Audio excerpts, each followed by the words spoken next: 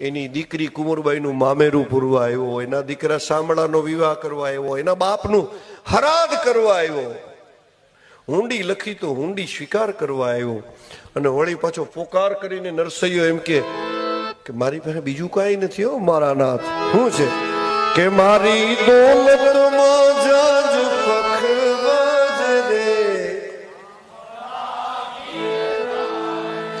મારે કોઈના બાપની નથી પરવાદ રે. આની ખુમારી તો જુઓ, મારે કોઈના બાપની પરવા.